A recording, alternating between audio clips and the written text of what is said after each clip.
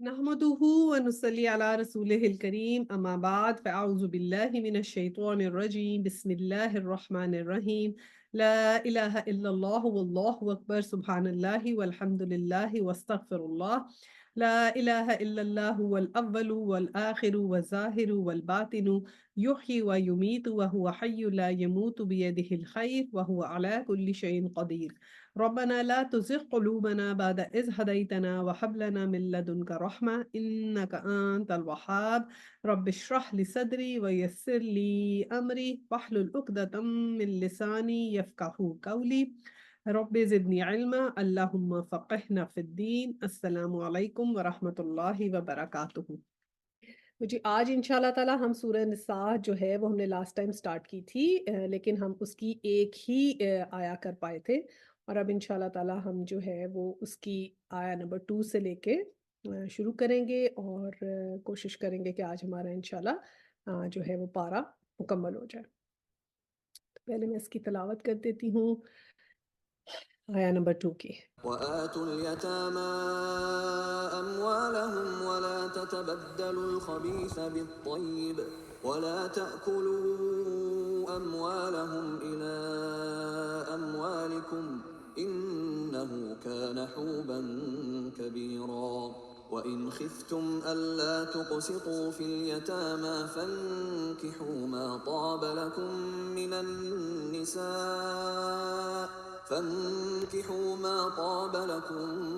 النساء مثنى وثلاث ورباع فإن خفتم ألا تعدلوا فواحدة أو ما ملكت أيمانكم ذلك أدنى ألا تعولوا. یتیموں کو ان کے مال دے دیا کرو، پاک اور حلال چیز کے بدلے ناپاک اور حرام چیز نہ لو. اپنے مالوں کے ساتھ ان کے مال ملا کر نہ کھاؤ، بے شک یہ بہت بڑا گناہ ہے. اگر تمہیں ڈر ہو کہ یتیم لڑکیوں سے نکاح کر کے تم انصاف نہ رکھ سکو گے تو اور عورتوں سے بھی جو تمہیں اچھی لگیں تم ان سے نکاح کر لو، 2 3 4 سے. لیکن اگر تمہیں برابری نہ کر سکنے کا خوف ہو تو ایک ہی بس ہے، یا تمہاری ملکیت کی لونڈی ہی ممکن ہے کہ ایسا کرنے سے ناانصافی اور ایک طرف جھک پڑنے سے بچ جاؤ. عورتوں کو ان کے مہر بخوشی دے دیا کرو، وہاں اگر وہ خود اپنی خوشی سے کچھ مہر چھوڑ دیں تو اسے شوق سے خوش ہو کر کھاؤ پیو. اچھا جی، ہم نے سورہ نساء جب شروع کی تھی تو اس کا ایک بتایا تھا کہ یہ غزوہ احد کے بعد آئی، اور کیونکہ یہ تو مدنی صورت ہے اور بہت اینڈ میں نازل ہوئی، اور پھر بہت سارے دیکھیں بیوہ 70 خاندان تھے جن کی جو خواتین تھی وہ بیوہ ہو گئی تھی، بچے یتیم ہو گئے تھے، تو اس لیے وہ سارے احکامات سورہ نساء میں ہمیں ملتے ہیں.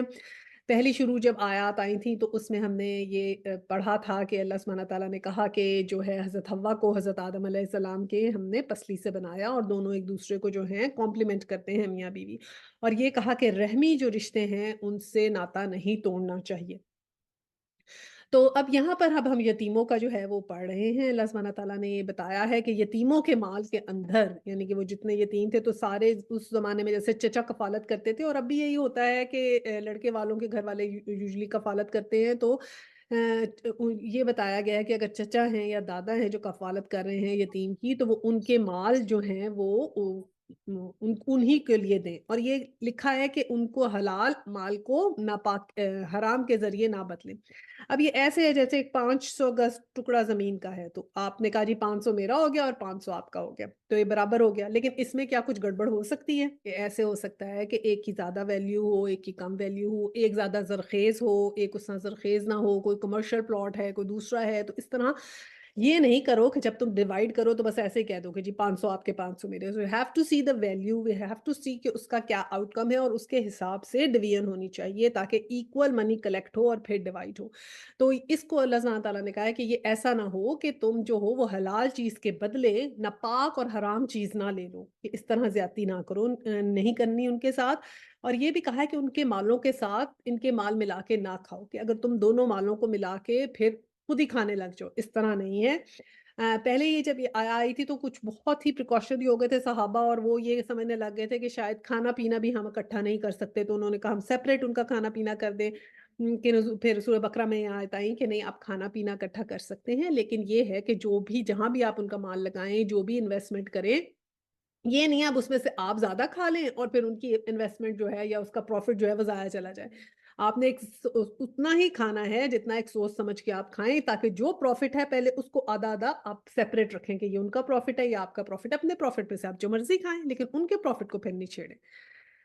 بے شک یہ بہت بڑا گناہ ہے، یہ اس بات کی بہت تنبیہ کی گئی ہے۔ اور پھر یہ کہا آگے جو آیا ہے اس میں یہ کہا کہ اگر تمہیں ڈر ہو کہ تم یتیم لڑکیوں سے نکاح کر کے انصاف نہ کر سکو گے، یا پھر کوئی اور عورتیں بھی جو تمہیں اچھی لگتی ہیں،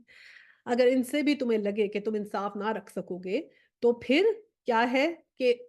اجازت تو تمہیں ہے نکاح کی کہ دو دو تین تین یا چار چار سے کر لو، لیکن اگر برابری نہ کرنے کا خوف ہو کہ تمہیں یہ ہو کہ تم برابری نہیں کر پاؤ گے،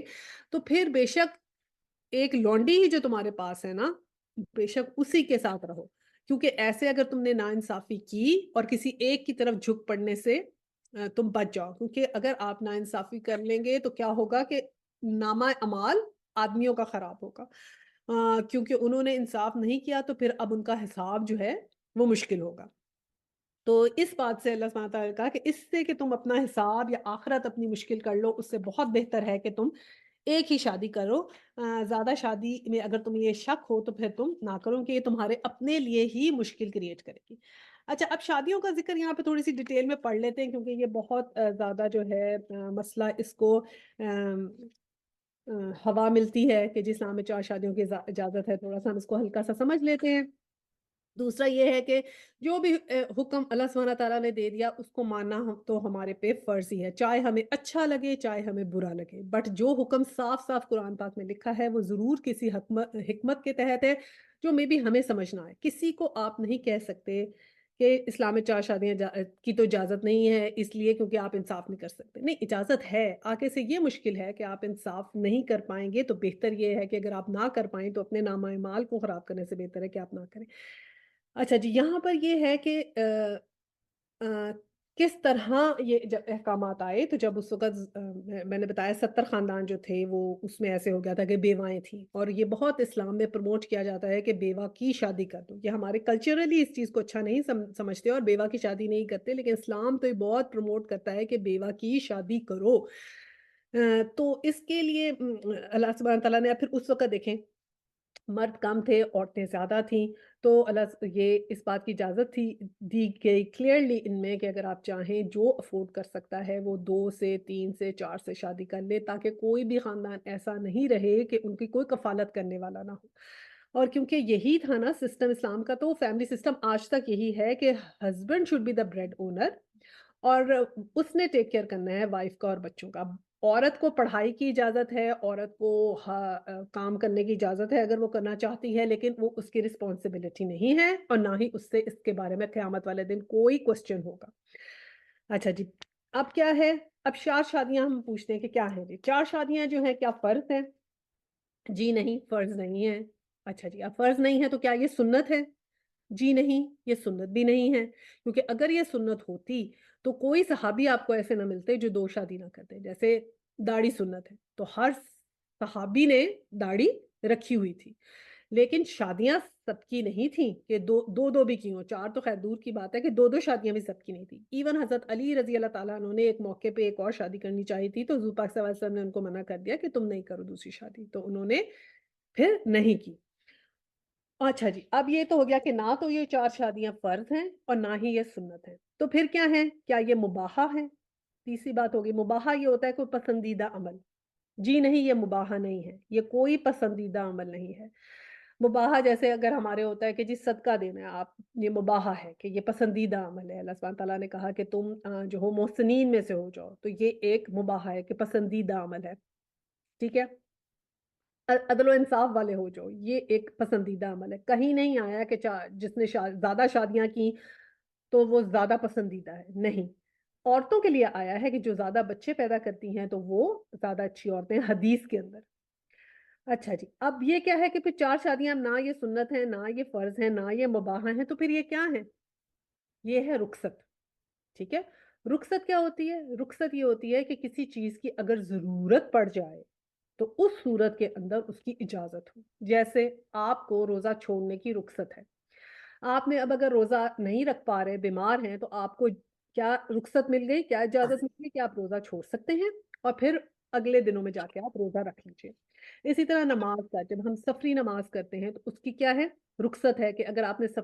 سفر میں ہیں تو نماز آپ نے قصر نماز پڑھنی ہے، یہ آپ کو رخصت مل گئی. تو اسی طرح 4 شادیوں کی رخصت ہے جن صورتحال میں ضرورت پڑے. اب وہ کیسی ضرورت ہو سکتی ہیں ضرورتیں؟ ضرورتیں ایسے ہو سکتی ہیں جیسے کوئی بیوہ فیملی ہے، ان کی کفالت کرنی ہے اور آپ جو ہے سمجھتے ہیں کہ کفالت بہتر کفالت ہو پائے گی اگر آپ ان سے شادی کر لیں، تو پھر آپ اس صورت میں آپ کو اجازت ہے کہ آپ شادی کر سکتے ہیں، لیکن آپ کو انصاف کرنا پڑے گا دونوں کے بیچ میں.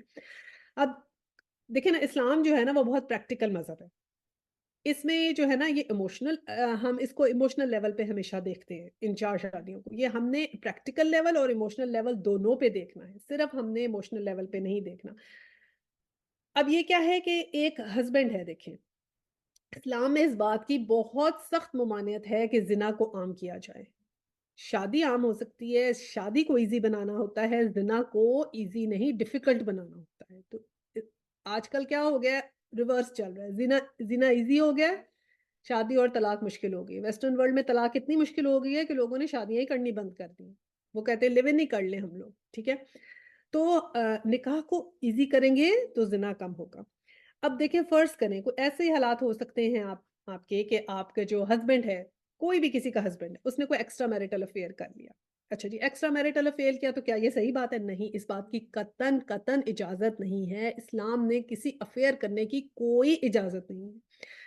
اگر آپ کو کوئی عورت پسند آتی ہے اور آپ کو لگ رہا ہے کہ اب آپ نہیں رہ سکتے اس کے بغیر یا جو بھی ہے، آپ پہلی بیوی کو نہیں چھوڑ سکتے. کسی اور وجہ سے آپ یہ کہیں گے میں پہلی بیوی اور اپنے بچوں کی بھی کفالت نہیں کرتا. اگر اسلام نے ایک ہی شادی ہوتی تو پھر ریزن کیا ہوتا کہ پہلی کو چھوڑوں گا میں اور نئی سے شادی کر لوں گا. یہ آپ نہیں کر سکتے زیادتی. اور جس عورت ساتھ آپ نے افیئر کیا ہے، اب فرض کریں ایک ہی شادی الاؤڈ ہوتی اور جس سے افیئر کر لیا آپ نے اور خدا نہ خاصہ زنا کی طرف پہنچ گئے، تو پھر اب آپ کو تو پک اینڈ چوز کرنا پڑا نا 2 فیملیوں میں سے، اس کو میں چوز کروں یا اس کو چوز کروں. پک اینڈ چوز ہو گیا. دوسرا یہ کہ جس کے ساتھ آپ نے افیئر کیا لیکن اب شادی نہیں کرے تو یہ زیادتی اس عورت کے ساتھ بھی ہے. ٹھیک ہے نا، اسلام نے سب کے رائٹس پروٹیکٹ کرنے. اس عورت کے ساتھ کتنی زیادتی ہے جس کے ساتھ آپ کوئی رسپانسبلٹی ہی نہ لیں اس کی، اور بس اس کے اپنے آپ نے عیاشی کے لیے یوز کر لیا، اور گھر میں آپ کی بیوی ہے اور آپ کہہ رہے ہیں میں تو تم سے شادی نہیں کر سکتا ہوں، میں تو ایک ہی شادی کر سکتا ہوں. تو جو عورت افیئر میں ہے اس کے ساتھ آپ دیکھیں زیادتی ہو گئی. ٹھیک ہے، تو ایسی بہت سی کنڈیشنز ہو جاتی ہیں جس میں پھر ضرورت پڑتی ہے تو آپ کو رخصت ہے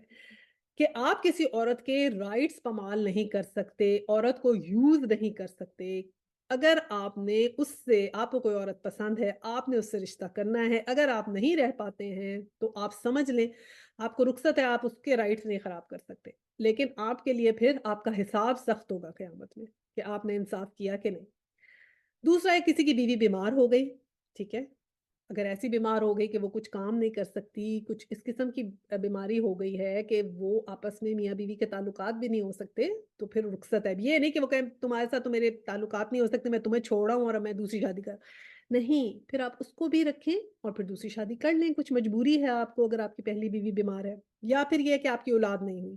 اب اگر اولاد نہیں ہوئی تو ٹھیک ہے، اب آپ اگر دوسری شادی کرنا چاہتے ہیں تو رخصت ہے، آپ کر لیں. ایک ایسی سچویشن آ گئی ہے کہ اولاد نہیں ہے، اس میں پھر یہ نہیں ہے کہ جس کی اولاد نہیں کہیں اب میں تمہیں تو چھوڑا ہوں کہ شادی کی تو اجازت نہیں ہے، تمہیں طلاق ہے اور اب میں نئی شادی کر رہا ہوں. ٹھیک ہے، تو یہ ایسی کنڈیشنز آتی ہیں جس میں کرنی پڑتی ہے شادی. کئی دفعہ ایسے ہوتا ہے کہ ایمرجنسی سچویشنز ہیں، جیسے غزوہ احد کی بات تھی کہ 70 فیملیز جو تھیں وہ ہو گئی تھی، پر سارے لوگ اتنے ویل ٹو ڈو نہیں ہوتے کہ وہ 2 3 4 شادیاں کر سکیں، نہیں افورڈ کر پاتے. کیونکہ جو آپ نے لڑکی کو جس سٹینڈرڈ کی لڑکی سے شادی کرنی ہے اس کو وہی سٹینڈرڈ پرووائڈ کرنا ہے آپ نے شادی کے بعد. تو اب ورلڈ وار 2 میں کیا ہوا تھا کہ ایسے ہی بہت سی عورتیں بیوہ ہو گئی تھیں. اگر آپ رومن ہسٹری پڑھیں تو جرمنی کے اندر یہ لا کانسٹیٹیوشن پاس ہونے کے لیے گیا تھا کہ آدمیوں کو ٹیمپررلی 2 شادیاں کرنے کی اجازت دے دی جائے. وہ بعد میں لا پاس نہیں ہوا، لیکن انہوں نے پھر کیا کیا شیلٹر ہومز بنائے، اور ان شیلٹر ہومز کے اندر اگر آپ پڑھیں ہسٹری تو آپ کو پتہ چلے گا کہ ان عورتوں کے ساتھ کیا کیا نہیں ہوا، اور ان عورتوں نے اپنی عزتیں جو ہیں وہ چھوٹی-چھوٹی ایک-ایک سگریٹ کے پیچھے اپنی اپنی عزت انہوں نے گنوائی ہے۔ اور پھر جرمنی میں ناجائز بچے الیجیٹمیٹ بچے اتنے زیادہ ہو گئے جس کی کوئی حد نہیں۔ اب آپ یہ خود سوچیں کہ الیجیٹمیٹ بچے ہونا اور ہر بچے کا رائٹ ہے کہ اسے پتا چلے کہ اس کا باپ کون ہے، اور ان حالات میں جرمنی میں بچوں کو پتا ہی نہیں تھا ان کے باپ کا نام کیا ہے۔ یہ تو ہر بچے کا، پیدا ہونے والے بچے کا رائٹ ہے کہ اس کا فادر اس کے پاس ہو، ٹھیک ہے؟ تو اسلام یہ چیز پسند نہیں کرتا، نہ اس چیز کو پروموٹ کرتا ہے، نہ یہ چیز کی اجازت ہے۔ اسلام میں تو جو وار کے بھی پرزنرز ہیں ان کے ساتھ بھی اتنا اچھا سلوک کرنے کا حکم دیا کہ وار کے پرزنرز کی تو اگر آپ ہسٹری پڑھیں تو آپ پتہ چلے کیا کیا ان کے ساتھ نہیں ہوتا اور کیا اسلام کے احکام ہے وار کے پرزنرز کے ساتھ۔ تو بیسیکلی پورے معاشرے پہ آتی ہے یہ چیز، تو یہ ایک رخصت ہے۔ ہاں بالکل صحیح ہے، ایک عورت کے لیے ڈیفیکلٹ ہے اگر اس کا ہسبینڈ اس سے، اگر ایک عورت کے لیے آپ یہ بتائیں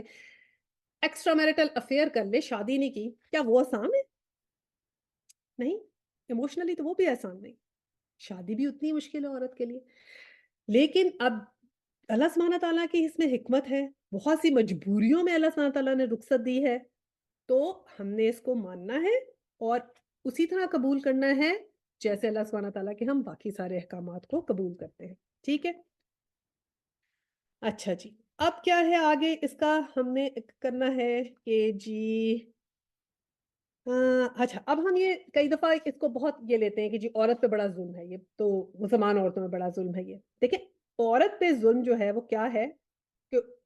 زنا کا دروازہ کھلا ہو، عورت کے ساتھ کوئی اس کو یوز کر کے چلا جائے، جیسے لیو ان ریلیشن شپ چل رہا ہے، شادی نہیں کوئی کر رہا، یہ ظلم ہے عورت کے ساتھ۔ عورت کا بچہ ہو گیا ہے، اس کا باپ جو ہے وہ اس سے شادی نہیں کر رہا، یہ ظلم ہے عورت کے ساتھ۔ عورت کو اگر آپ پڑھائیں گے نہیں، یہ ظلم ہے عورت کے ساتھ۔ عورت کی اگر آپ شادی قرآن سے کر دیں گے، یہ ظلم ہے عورت کے ساتھ۔ عورت کو ساتھ آپ جو ہے نہ اس کی مرضی پوچھیں، نہ اس سے کچھ اور پوچھیں، نہ پڑھائیں، نہ لکھائیں، نہ اس کو جائیداد میں حصہ دیں، یہ ظلم ہے عورت کے ساتھ۔ اس زمانے میں تو عورتوں کے پاس جائیداد میں کوئی حصہ نہیں ہوتا تھا،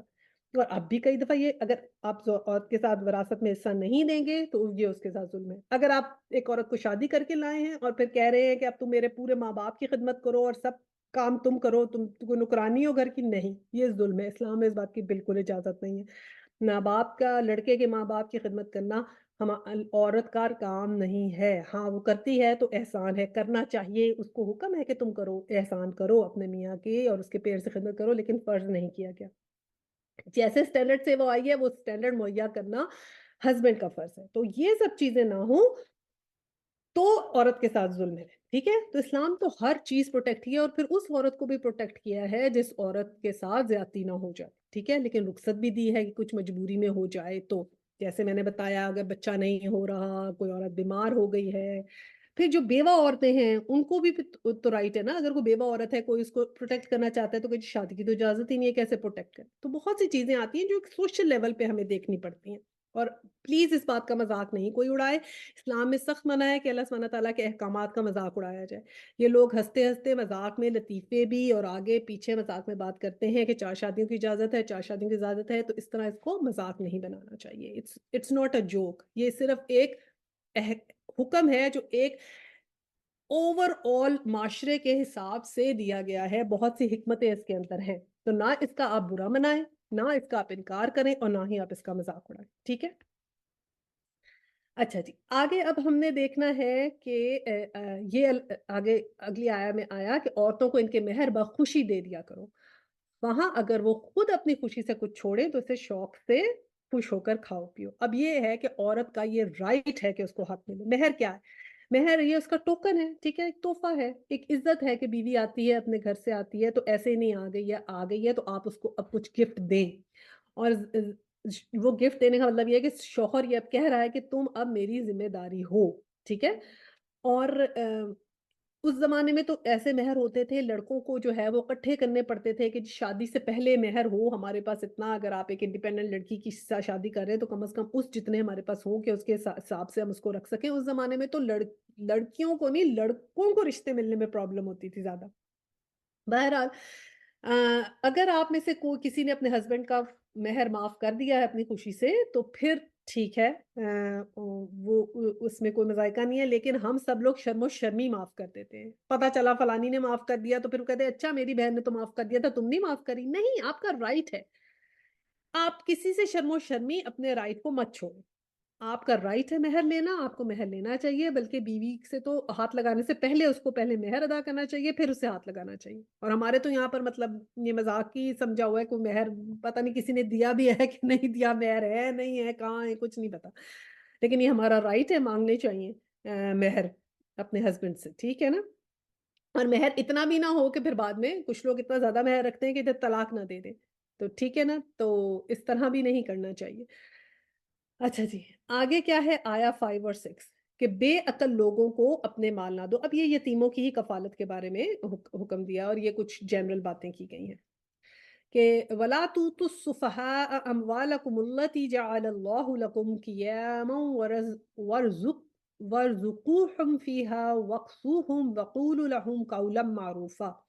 بے عقل لوگوں کو اپنے مال نہ دے دو، جس مال کو اللہ تعالیٰ نے تمہاری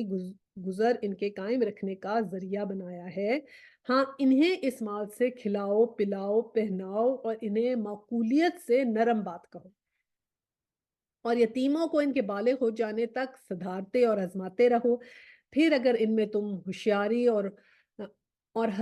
حسن تدبر پاؤ تو انہیں ان کے مال سونپ دو، اور اس کے بڑے ہو جانے کے ڈر سے ان کے مالوں کو جلدی جلدی فضول خرچیوں میں تباہ نہ کرو، مالداروں کو چاہیے کہ اس مال سے بچتے رہیں، ہاں مسکین محتاج ہو تو دستور کے مطابق واجبی طور سے کھائے، پھر جب انہیں اس کے مال سونپو تو گواہ کر لیا کرو، دراصل حساب لینے والا اللہ ہی کافی ہے، وکفا باللہ حسیبا۔ اچھا اب یہ اس میں یہ بتایا گیا ہے کہ کم عقل لوگوں کو یتیموں کا مال نہ دے دو، ٹھیک ہے کہ آپ اپنا مال بھی، اور یہ ہے کہ ایسے لوگوں کو مال نہیں دینا چاہیے جنہیں عقل نہیں ہے سمجھ نہیں ہے کہ وہ مال ضائع ہو جائے، ٹھیک ہے، تو یہ بات نہیں کرنی چاہیے، اور یہ کہا کہ جو بھی ان کے پاس ان کا مال آیا ہے اب اس میں سے ان کو کھلاؤ پلاؤ اور ان سے بہت معقول اور نرمی سے بات کرو، بہت وہ آلریڈی دکھی ہیں تو ان لوگوں سے بہت ہی اچھا سلوک رکھنے کا حکم دیا گیا ہے، اور یہ بھی ہے کہ جو بچے اگر کم عقل ہیں اور وہ نہیں خرچتے یا نہیں انہیں ابھی سمجھ ہے تو اس وقت تک ان کا مال نہ دو، دیکھ لو کہ وہ مینٹلی اور فزیکلی میچور ہو جائیں، آج کل ہمارے بچوں میں کیا، پرانے زمانے میں تو بچے جو تھے وہ زیادہ مینٹلی جلدی میچور ہو جاتے تھے، اب آج کل ہمارے بچے ماشاءاللہ بڑے ہو جاتے ہیں فزیکلی میچور ہو جاتے ہیں، مینٹلی میچور نہیں ہوتے، اس وجہ سے کہ یہاں کے حالات اس طرح کے ہیں کہ بچے فزیکلی میچور ہیں مینٹلی میچور نہیں ہے، تو اس لیے یہ دیکھ لیں کہ وہ مینٹلی بھی میچور ہیں، کیا وہ ٹیک کیئر کر سکیں گے، کیا وہ ساری رسپانسبلٹیز دیکھ سکیں گے، تو پھر ان کو ان کا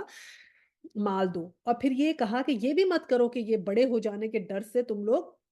جلدی جلدی فضول خرچیوں میں ان کا مال تباہ کر دو، دیکھیں بالکل ایسے جو چیز ہو سکتی ہے سب کے بارے میں اللہ سبحانہ تعالیٰ نے ممانعت کی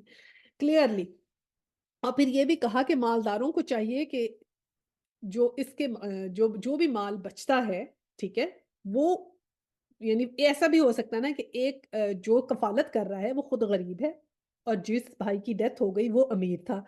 تو اب یہ نہیں کرنا چاہیے کہ اگر تم غریب ہو اور وہ امیر ہو تو پھر اب ان کا سٹینڈرڈ تو ڈفرینٹ ہو گیا نا، لیکن اگر غریب والا کر رہا ہے تو ٹھیک ہے، جب وہ کھانا پینا کر رہے ہیں ٹوگیدر تو وہ کھانا پینا ایک اس لیول کا کر سکتے ہیں جس سے وہ کرتے ہیں اگر وہ ہے، لیکن ان کے مال کے اندر سے آپ کوئی چیز خود سے نہیں لے سکتے، ٹھیک ہے، اور یہ بھی کہا ہے کہ ان کو جو ہے جو ایکسٹرا نہیں خرچ کرنا کہ جو آپ کو جی مہینے کے مہینے ہی خرچ ہو کے تمہارا تو مال ختم ہو گیا، نہیں، ایک حساب سے ایک واجبی طریقے سے کر کے خرچ کرو، اور پھر جو ان کے پروفٹس ہیں جو ان کی چیزیں ہیں ان کو سنبھال کے رکھو بچا کے رکھو تاکہ جب وہ بڑے ہوں تو ان کو ان کا مال اس صورت میں سونپو، اور یہ جو بھی تم حساب رکھو گے جو بھی چیز تم کرو گے تو اللہ سبحانہ تعالیٰ ہی حساب لینے والا کافی ہے، تو بہت ان ساری آیات میں تنبیہ کی گئی ہے کہ بہت ان کا مال سنبھال لیں اور اس کو ضائع نہیں ہونے دیں، ٹھیک ہے، اچھا پھر آگے اب جو آیات آ رہی ہیں یہ ساری وراثت کے مسائل میں سے ہیں، ٹھیک ہے، یہ ہم نے تو پوری وراثت کی کتاب پڑھی تھی، بہت لمبی ڈیٹیل ہوتی ہے وراثت کی اور اس میں ڈفرینٹ کنڈیشنز ہیں کیسے کیسے کیسے، ابھی آپ لوگوں کا تو بگنرز لیول ہے تو آپ سب یہ کر سکتے ہیں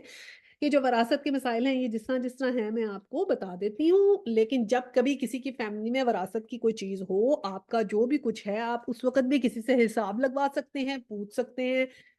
اور کلیئرلی، تاکہ آپ کی وراثت صحیح طریقے سے بٹ جائے، کیونکہ اگر وراثت صحیح نہیں بچے گی تو پھر اس میں اگر پیرنٹس ہیں تو پیرنٹس کا بھی پھر وہ جو ہے نا صحیح بٹنی چاہیے، کہ وراثت کا بھی بہت اہم حکم ہے کہ انسان سارے زندگی جو ہے وہ اچھے کام کرتا رہے اور آخرت میں صحیح وصیت نہ کر کے جائے تو کہتے ہیں کہ اس کو مطلب کافی اس کی سزا ہے۔ اچھا جی، تو اس لیے بہت وراثت اہم ٹاپک ہے، تو آپ لوگ اب اس کو میں پڑھ دیتی ہوں۔ اچھا جی، اب یہ ہے کہ آیا نمبر 7 اور 8 ہے کہ ماں باپ اور خویش و اقراب کے ترکہ میں سے مردوں کا حصہ بھی ہے اور عورتوں کا بھی۔ جو مال ماں باپ اور خویش اقارب چھوڑ مرے، خواہ وہ مال کم ہو یا زیادہ، حصہ بھی مقرر کیا ہوا ہے۔ اور جب تقسیم کے وقت قرابت دار یتیم آ جائیں تو تم ان سے تھوڑا بہت انہیں بھی دے دو اور ان سے نرمی سے بولو۔ دیکھیں اب یہ کتنی اچھی بات کی۔ ایک تو یہ اللہ سبحانہ تعالیٰ نے بتایا کہ جو ماں باپ ہیں، رشتے جو بھی ہیں، رشتے جب وہ کوئی مطلب پہلے زمانے میں کیا ہوتا تھا کہ صرف بڑے بیٹے کو پیسے ملتے تھے، ٹھیک ہے، نہ کسی عورت کو ملتے تھے، نہ چھوٹے بہن بھائیوں کو ملتے تھے، اسلام سے پہلے جاہلیت کا جب وقت ہے۔ جب یہ اسلام کے احکامات آئے تو پھر اللہ سبحانہ تعالیٰ نے کہا کہ اس میں یہ جو ترکہ ہے اس میں مردوں کا بھی حصہ ہے، عورتوں کا بھی حصہ ہے، ماں باپ کا بھی ہے اور خویش کا بھی ہے، جو بھی اقراب تم چھوڑ کر مرے اس وقت، کہ ہر کسی کا حصہ اللہ سبحانہ تعالیٰ نے دے دیا۔ ایون یہ کہ وہاں پر تو عرب میں یہ بھی کہتے تھے کہ یہ جو عورتیں ہیں نہ تو یہ گھوڑے دوڑاتی ہیں، نہ یہ جنگ میں جاتی ہیں، نہ یہ وہاں پر لڑائی کرتی ہیں، تو پھر ان کو کیوں حصہ دیا جا رہا ہے؟ بڑا اس بات کو مائنڈ کرتے تھے کہ یہ تو صرف اس کو حصہ ملنا چاہیے جو لڑے، جنگ میں جائے، گھر سے باہر جائے، کام کرے، یہ تو گھر میں بیٹھی کام کر رہی ہے تو ان کو کس بات کا حصہ؟ لیکن اسلام نے بہت عورت کا مقام دیا اور عورت کو بھی تمام جائیداد میں حصہ دیا۔ اسی طرح ایک ہے حدیث اس میں کہ کسی نے حضور صلی اللہ علیہ وسلم کے حصے کی خدمت میں حاضر ہو کر کہا، ان کا نام جو تھا یہاں پر مینشن نہیں ہے، کہ کہا کہ حضور میرے 2 لڑکے ہیں اور ان کے والد فوت ہو گئے ہیں، ان کے پاس اب کچھ نہیں۔ بس یہ آیت نازل ہوئی کہ یہی حدیث دوسرے الفاظ سے میراث کو، یعنی کہ ان کے والد فوت ہو گئے ہیں اور اس کے خود 2 لڑکے ہیں، ان کے پاس کچھ نہیں، تو یہ کہا گیا کہ جب مال بانٹ رہے ہو تو ایسے یتیم یا کچھ لوگ آ جائیں جن کی کوئی ایکسپیکٹیشن ہو تو انہیں خالی ہاتھ نہ بھیجو، ان کو بھی کچھ دے دو۔ اب یہ اللہ سبحانہ تعالیٰ جو تھے ان کو یہ بات اچھی نہیں لگی کہ اگر کوئی غریب آ گیا اور مال بک رہا ہے یا بٹ رہا ہے تو ان غریبوں کا نام دیا جائے۔ تو یہ کتنی ہے، اللہ سبحانہ تعالیٰ نے یہاں پہ لکھا کہ جب تقسیم ہو اور کوئی ایسے قرابت دار یا رشتہ دار آ جائیں جو یتیم ہو تو تھوڑا بہت ان سب کو دے دیا کرو۔ دیکھیں نا ہمارے کئی دفعہ سرونٹس آ جاتے ہیں کسی فوتگی پہ، دور دراز سے آ جاتے ہیں، تو ان کی کچھ امیدیں ہوتی ہیں، تو ایسے خالی ہاتھ کسی کو نہیں بھیجیں، ضرور کچھ دے دیا کریں۔ اسی طرح آیا 9 اور 10 ہے کہ اس بات سے ڈریں کہ اگر خود اپنے بچے ننھے ننھے ناتواں بچے چھوڑ جاتے جن کے ضائع ہو جانے کا اندیشہ رہتا تو ان کی چاہت کیا ہوتی، بس اللہ سے ڈر کر جچی تلی بات کہا کرے۔ اللہ سبحانہ تعالیٰ نے کہا کہ امیجن کرو اپنے اوپر، تم یہ لا کے دیکھو کہ اگر تمہارے بچوں کے ساتھ یہ ہو جاتا تو پھر، اور جو لوگ ناحق ظلم سے یتیموں کا مال کھا جاتے ہیں وہ تو اپنے پیٹ میں آگ ہی بھر رہے ہیں اور البتہ وہ دوزخ میں جائیں گے۔ تو یہ اسی طرح بخاری اور مسلم میں حدیث ہے کہ حضور صلی اللہ علیہ وسلم کے پاس حضرت سعد بن نبی وقاص آئے اور ان کی بیماری کے زمانے میں آئے، ٹھیک ہے، تو ان کی عیادت کرنے کے لیے گئے تھے، تو حضرت سعد نے حضور صلی اللہ علیہ وسلم سے پوچھا کہ جی میرے پاس تو بہت مال ہے اور میری تو بس ایک ہی لڑکی ہے، تو کیا میں اپنا 2/3 مال جو ہوں وہ صدقہ کر دوں؟ تو حضور پاک صلی اللہ علیہ وسلم نے کہا کہ نہیں، 2/3 کی اجازت نہیں، یہ زیادہ ہے۔ تو پھر انہوں نے کہا کہ اچھا کیا 1/3 کر دوں؟ تو آپ نے فرمایا چلو 1/3، چلو ٹھیک ہے، خیر ہے، لیکن یہ بھی زیادہ ہے۔ تو اس لیے بعد میں حضرت ابن عباس فرماتے ہیں کہ اگر آپ کے اپنی وصیت کرنی ہو تو چلیں 1/4 کر دیا کریں، کیونکہ 1/2 کو حضور پاک نے بولا تھا یہ زیادہ ہے۔ اور ایک اور حدیث ہے بخاری اور مسلم میں، حضور صلی اللہ علیہ وسلم نے فرمایا کہ 7 گناہوں سے بچو جو ہلاکت کا باعث ہیں۔ کیا کیا؟ اللہ کے ساتھ شرک، جادو، بے وجہ قتل، سود خوری، یتیم کا مال کھا جانا، جہاد سے پیٹھ موڑنا اور بھولی بھالی نا واقف عورتوں پر تہمت لگانا۔ دیکھیں عورتوں کا ذکر ان 7 کے اندر بھی آیا کہ کسی کے اوپر تہمت مت لگاؤ۔ پھر جہاد ہے، پھر یتیم کا مال ہے، پھر سود ہے، پھر بے وجہ قتل اور شرک اور جادو۔ تو اللہ سبحانہ تعالیٰ ہمیں ان تمام باتوں سے بچنے کی توفیق دے، آمین۔ اس کے بعد جی آیا 11 ہے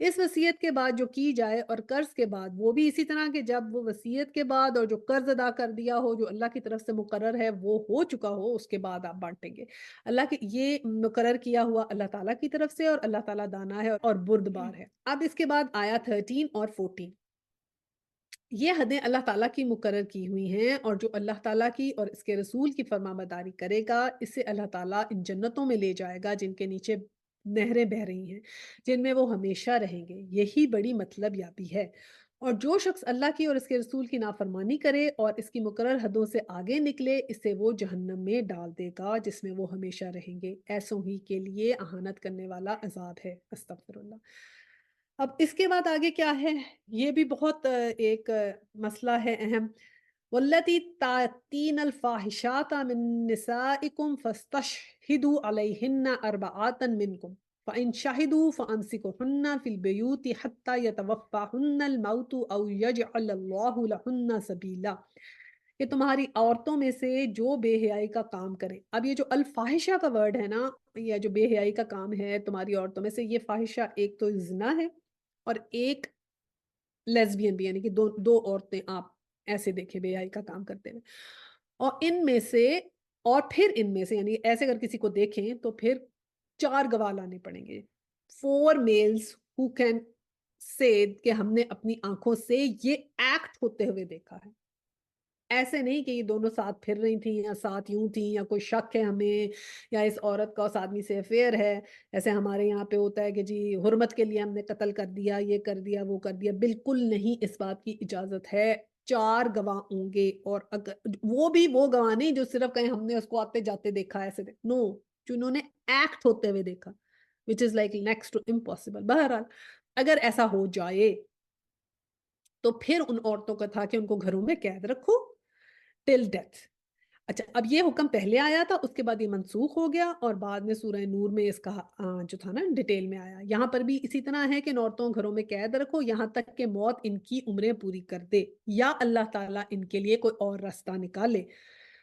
تو یہ جب حضور پاک صلی اللہ علیہ وسلم کے سورہ نور کی آیات آئی تھی، حضور پاک صلی اللہ علیہ وسلم نے کہا کہ ان کے لیے ایک اور راستہ نکل آیا۔ اور پھر وہ سورہ نور میں اسی طرح ہے کہ اگر تو شادی شدہ